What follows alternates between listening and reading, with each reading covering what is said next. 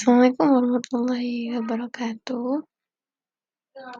Kali ini kita akan belajar materi peluang, yang dimana ini adalah materi matematika kelas 12. Oke, sekarang kita lanjut ke pendahuluan, yakni ini menjelaskan tentang apa saja yang kita pelajari di materi peluang. Yang pertama ada kaidah pencacahan, itu dibagi menjadi ada aturan perkalian, ada permutasi, kombinasi, binomial Newton, permutasi pun ada permutasi berulang, unsur yang sama, permutasi siklis. Kemudian ada peluang suatu kejadian, ada ruang sampel, ada peluang satu kejadian, ada frekuensi harapan, ada kejadian majemuk. Kejadian majemuk ada dibagi, ada komplement, kejadian lepas, dan kejadian bebas. Nah, selanjutnya ini adalah kaidah pencacahan. Nah,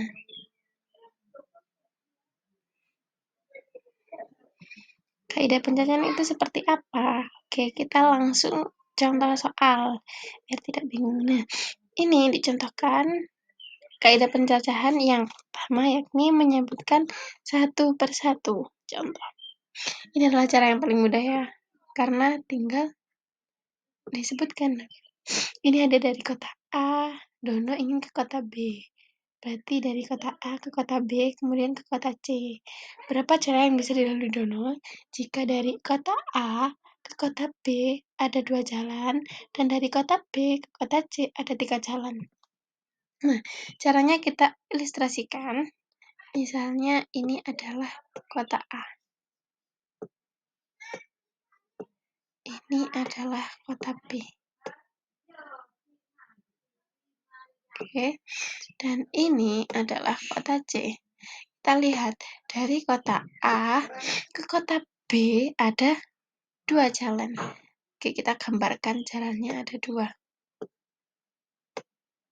Kemudian dari kota B ke kota C ada 3 jalan. Oke, gambarkan 3 jalan. Oke, misalkan ini jalan 1, ini jalan 2, ini jalan 1, ini jalan 2, ini jalan 3. Nah, caranya, karena ini menyebutkan satu persatu, maka kita hitung. Yang cara pertama, dilalui Dono untuk menuju kota C, bisa jalan A1, B1, bisa A1, B2, A2, A1, B3, A2, B1, A2, B2, A2, B3. Nah, jadi ada berapa cara itu tadi?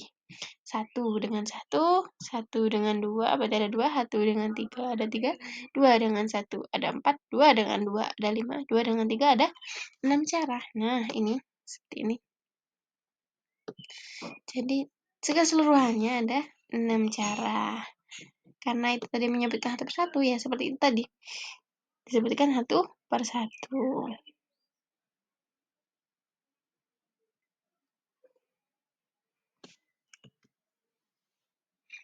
Oke, sekarang lanjut, yakni aturan perkalian. Tadi kan aturan penjumlahan atau kaidah pencacahan, kali ini aturan perkalian. Digunakan apabila kejadiannya banyak. Contoh.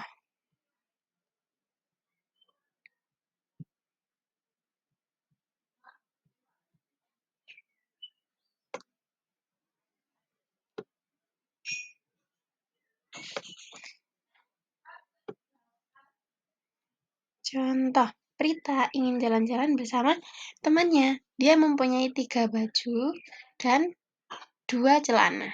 Tapi dia bingung mana yang harus dipakai. Ada berapa cara pakai Prita? Berarti kan ini kita pasangkan baju 1 dengan baju. Kita punya 3 baju, berarti ada baju 1, ada baju 2, ada baju 3. Kita punya celana, berarti ada celana 1, celana 2. Seperti tadi dipasang-pasangkan. Ada baju 1, celana 1, baju 2, celana 1, baju 3, celana 1. Ada baju 1, celana 2, baju 2, celana 2, baju 3, celana 2. Kalau itu memakai cara manual, yaitu cara menyebutkan satu persatu. Dipasangkan dengan manual. Tapi ini menggunakan aturan perkalian. Tadi punya 3 baju. Kemudian ada 2 celana. Berarti ini ada pasangan dari 2 dan 3. Jadi kalau memiliki aturan perkalian, kita gunakan langsung dikali 2 dikali 3 sama dengan 6. Mudah bukan? Oke, sekarang lanjut.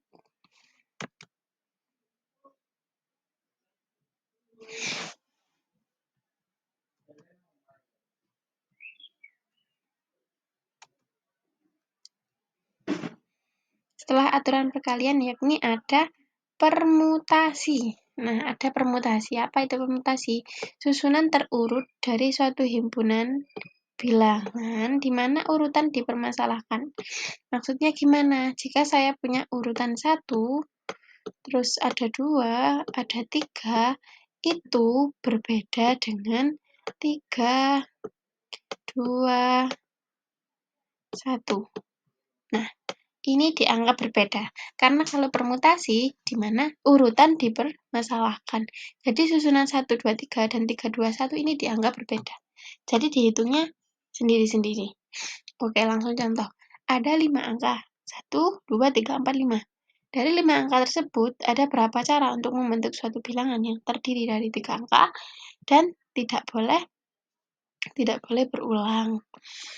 Maka kita punya rumus permutasi. Permutasi sama dengan n faktorial per n min k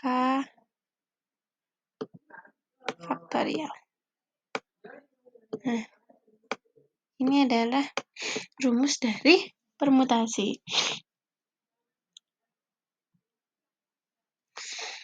Di mana N-nya ini adalah banyak kejadiannya dan K ini adalah kejadian yang mungkin. Berarti di sini N-nya adalah 5 dan K-nya adalah 3. Nah, ini mau dibentuk dari 3 angka. Oke, kita masukkan. Berarti itu berapa? 5 faktorial. 5 faktorial itu bisa kita tuliskan dengan 5 dikali 4 dikali 3 dikali 2 kali 1 ya, terusan. Kemudian ada n min k faktorial. Jadi punya n-nya 5, k-nya 3. Berarti 5 min 3 faktorial.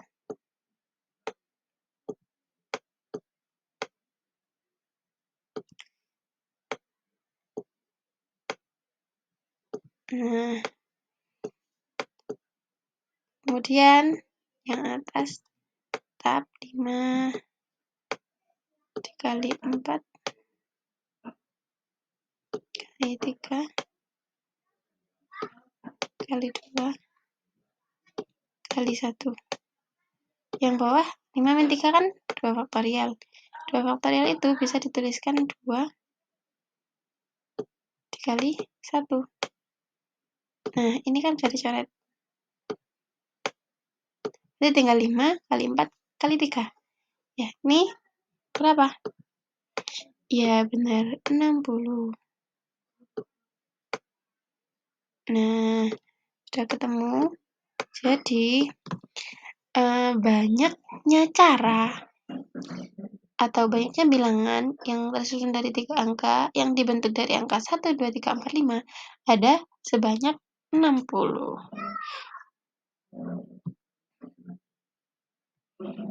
Oke, lanjut. Itu tadi permutasi sudah. Sekarang ada permutasi berulang. Kalau tadi kan tidak boleh berulang. Nah, kalau yang ini permutasi berulang. Contohnya, tentukan banyaknya bilangan yang terdiri dari 2 angka, dari angka ini, dan boleh berulang. Kalau tadi kan rumusnya n faktorial per n min k faktorial. Nah, kalau permutasi perulang ini, karena ini dibentuk dari 2 angka, dan ada angkanya 5 angka, maka kita tinggal pangkatkan, atau rumusnya n pangkat k. Nah, itu begitu ya untuk permutasi berulang. Mudah kan ada 5 angka, kemudian akan disusun terdiri dari 2 angka. Makanya langsung 5 pangkat 2, hasilnya 25. Kemudian ada permutasi dengan unsur yang sama. Nah, rumusnya sama seperti permutasi yang awal tadi. Nah, tapi ini dibagi dengan banyaknya sesuatu yang sama. Apa yang sama di sini? Huruf A kan? Huruf A-nya di sini ada 2. Banyak bilangannya ada 4.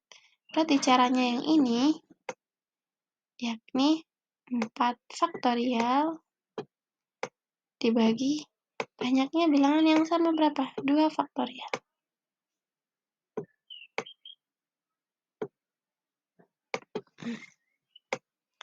Jadi kita punya 4.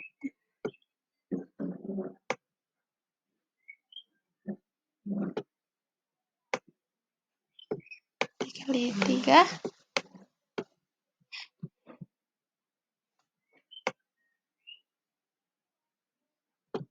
kali 2 faktorial per 2 faktorial. Oke, ini bisa dicoret. Jadi tinggal 4 kali 3. Bisa kita sama dengan 12. Nah, begitu ya kalau untuk permutasi unsur yang sama. Jadi banyaknya unsur dibagi unsur yang sama. Ada rumusnya seperti ini. N faktorial. Rumusnya N faktorial per K faktorial. K-nya ini adalah unsur yang sama. Kalau misalnya A-nya ada 2, S-nya ada 2, berarti dibagi 2 faktorial dikali 2 faktorial. Yang penyebutnya menyesuaikan huruf atau sesuatu yang sama itu. Oke, berarti untuk yang C ini ada 12 cara untuk menyusun huruf dari kata sama.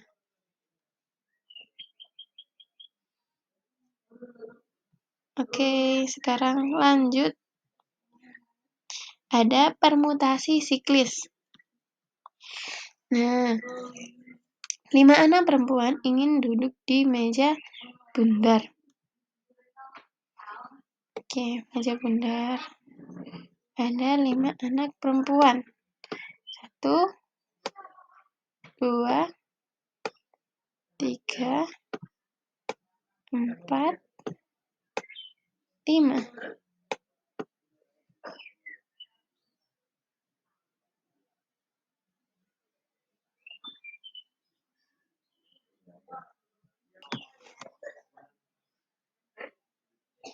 Oke, kalau ini rumusnya permutasi sama dengan untuk permutasi siklis banyaknya dikurangi 1 faktorial. Nah, di sini banyaknya perempuan ada 5. Berarti kita tuliskan 5. Kemudian dikurangi 1 faktorial. Atau sama dengan 4 faktorial. Berapa 4 faktorial? 4 faktorial itu sama dengan berapa? 24.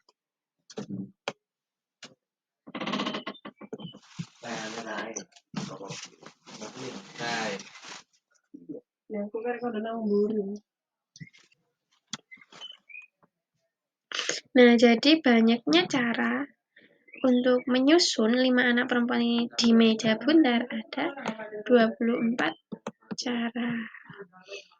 Oke, sekarang lanjut.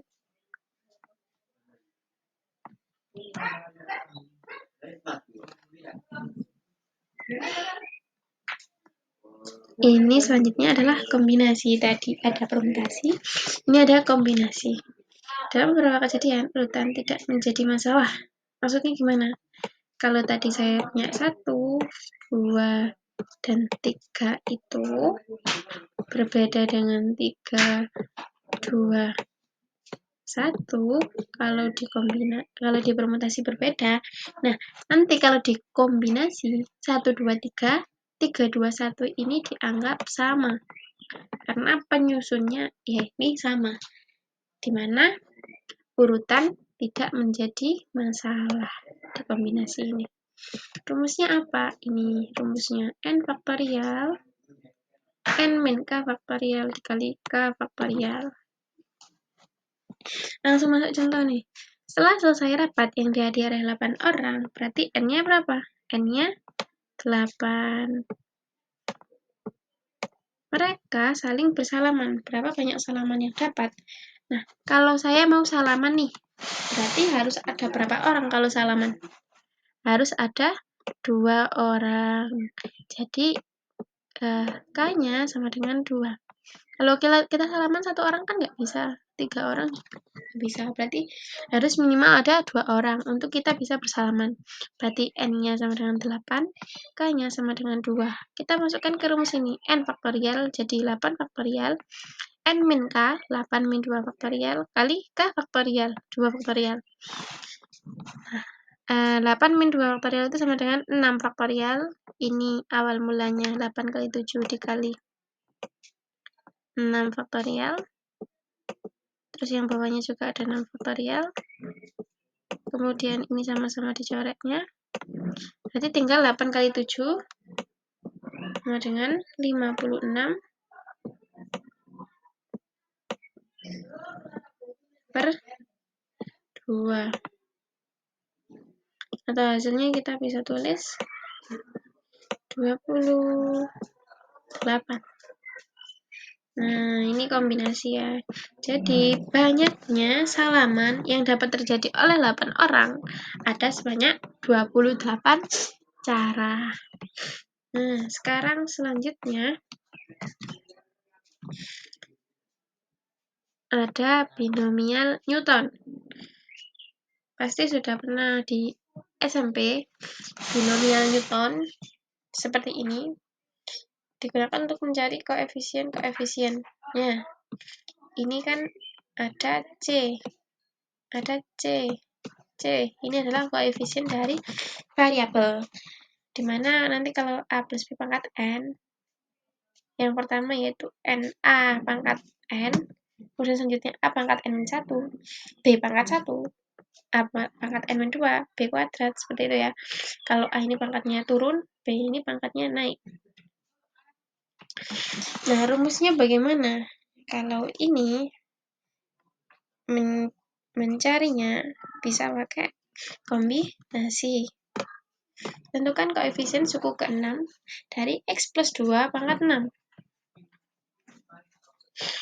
Nah, jadi kita bisa pakai koefisien suku ke-6. Kalau suku ke-6 ya. 1, 2, 3, 4, 5, 6. Nah, nantinya pangkatnya itu memakai 2 dikurangi suku min 1. Oke, kita langsung aja kombinasi 6 dari 5. Yang dicari suku ke-6 dari X plus 2 pangkat 6.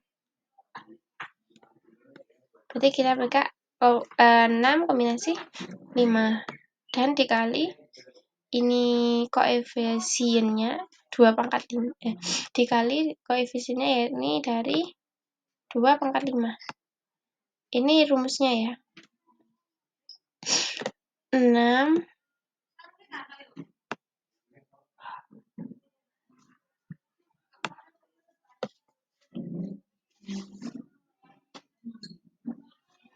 Oke, kita hitung.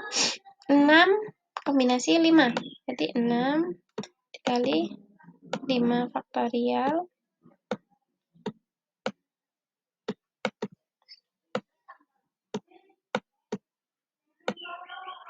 diper 6 kurangi 5 berapa? 1 faktorial dikali 5 faktorial dikali 2 pangkat 5. Karena yang dicari suku ke-6 ya. Oke, ini bisa dicoret. Berarti tinggal 6 dikali 32. Atau bisa kita tulis 192. Nah, jadi koefisiennya dari suku ke-6, koefisien suku 6 dari X plus 2 pangkat 6 itu sama dengan 192.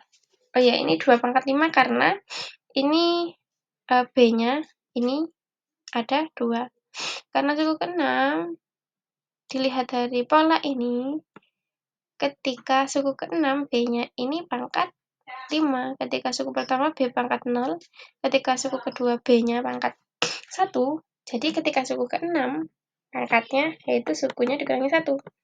Jadi 2 pangkat 5. 2-nya ini dari B-nya ini. Karena koefisiennya bergantung pada nilainya ini, makanya di sini kombinasi 6 dan 5. Jadi koefisien suku ke-6-nya adalah 192.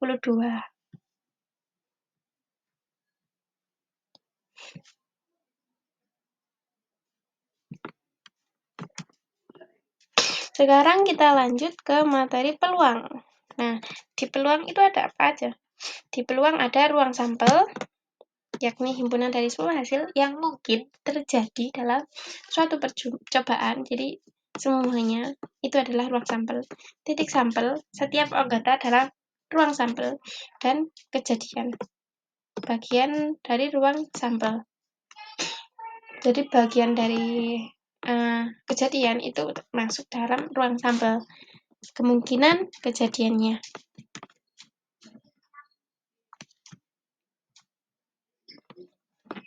Lanjut. Peluang suatu kejadian, rumusnya apa? NK yaitu kejadian tadi yang masuk ruang sampel. Kayaknya kejadian dibagi NS. NS itu adalah banyaknya anggota ruang sampel.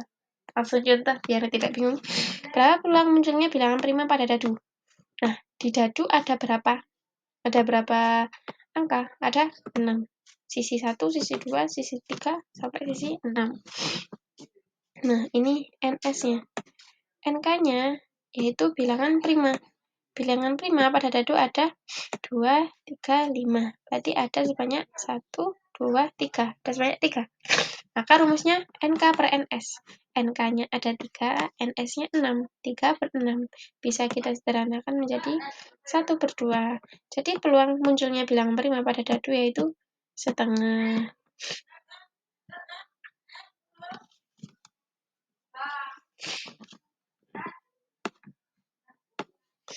Oke, kemudian selanjutnya ada frekuensi harapan. Nah, frekuensi harapan adalah harapan yang nilai kemungkinan atau peluang terjadinya paling besar. Rumusnya frekuensi harapan adalah peluang dari suatu kejadian kali N. N itu banyaknya percobaan. Oke, kita langsung contoh soal supaya tidak bingung. Bila kita melemparkan sebuah dadu sebanyak 60 kali, berarti N-nya adalah 60. Berapa frekuensi harapan muncul angka genap?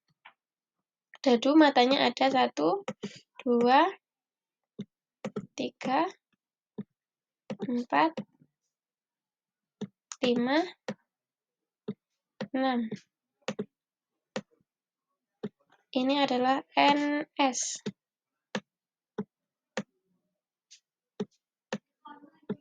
Kemudian ini muncul angka genap. Berarti pada dadu angka genapnya ada 2, 3,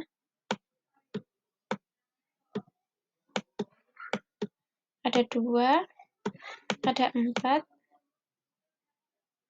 ada 6. Berarti ini NS-nya ada 6, NK-nya ada 3. Masukkan ke rumus peluang. Rumus peluang adalah NK per NS. NK-nya 3, NS-nya 6. Dikali N-nya, banyaknya percobaan. Ada 60. Jadi 3 per 6 kali 60. Ini bisa dicoret hasilnya 10. Kemudian 3 kali 10 sama dengan 30. Jadi frekuensi harapan dari munculnya angka genap dari sebuah dadu yang dilempar sebanyak 60 kali ada sebanyak 30.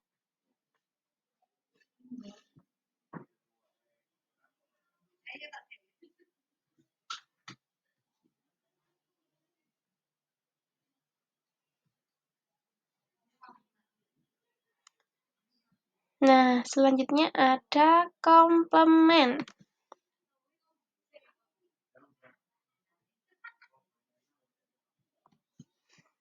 Komplement itu adalah pengecualian dari suatu atau kecuali. Nah, kalau saya punya peluang kejadian yang berkomplement, itu dikurangi 1 dikurangi peluang kejadiannya. Karena apa? Karena peluang terbesar adalah 1. Jadi kalau ada komplementnya berarti 1 dikurangi peluangnya. Kemudian ada kejadian lepas. Kalau A, B, C saling lepas. Saya ulang, A, B, C saling lepas. A gabungan B saling lepas. Karena tidak ada unsur di A dan di B yang sama. Rumusnya bisa pakai peluang A tambah peluang B. Itu sama dengan peluang A gabungan B. C gabungan D tidak saling lepas. Karena ada elemen yang di C yang terdapat di D. Jadi kalau saya bilang peluang C gabungan D, bisa dituliskan peluang C ditambah peluang D dikurangi C irisan D. Nah, atau bisa pakai komplement 1 dikurangi B. Langsung pakai ini berarti ya. Kalau komplement masih belum bisa. Oke, lanjut. Ini contoh soalnya kita bahas di pertemuan selanjutnya. Ini saya jelaskan garis besarnya saja. Yang selanjutnya, kejadian bersyarat. PA irisan B, itu rumusnya bisa P. Peluang A dikali peluang B per A. Contoh. Dalam satu box ada 8 bola. N-nya sama dengan 8. Terdiri dari 2 merah, 3 biru, dan 3 hijau. Berapa peluang terambilnya bola merah, kemudian bola biru, tanpa pengembalian. Bola biru ada sebanyak 3. Jadi peluangnya merah dulu ya. Berarti ini merah yang pertama diambil. Merah ada 2. Berarti kan NK per NS. NS-nya 8. Berarti bisa tuliskan 2 per 8. Karena ini tanpa pengembalian, tadi sudah diambil 1, berarti NS-nya tinggal 7. Yang diambil bola warna biru, yang ada 3. Berarti 3 per 7, tinggal dikali. 2 kali 3, 6 per 5, 6. Bisa kita tuliskan dengan 3 per 2, 8. Itu saja, teman-teman, untuk contoh soal yang mulai dari komplement sampai kejadian bersyarat kita bahas di pertemuan selanjutnya. Semoga bermanfaat. Wallahul muwaffiq ila aqwamit thoriq. Assalamualaikum warahmatullahi wabarakatuh.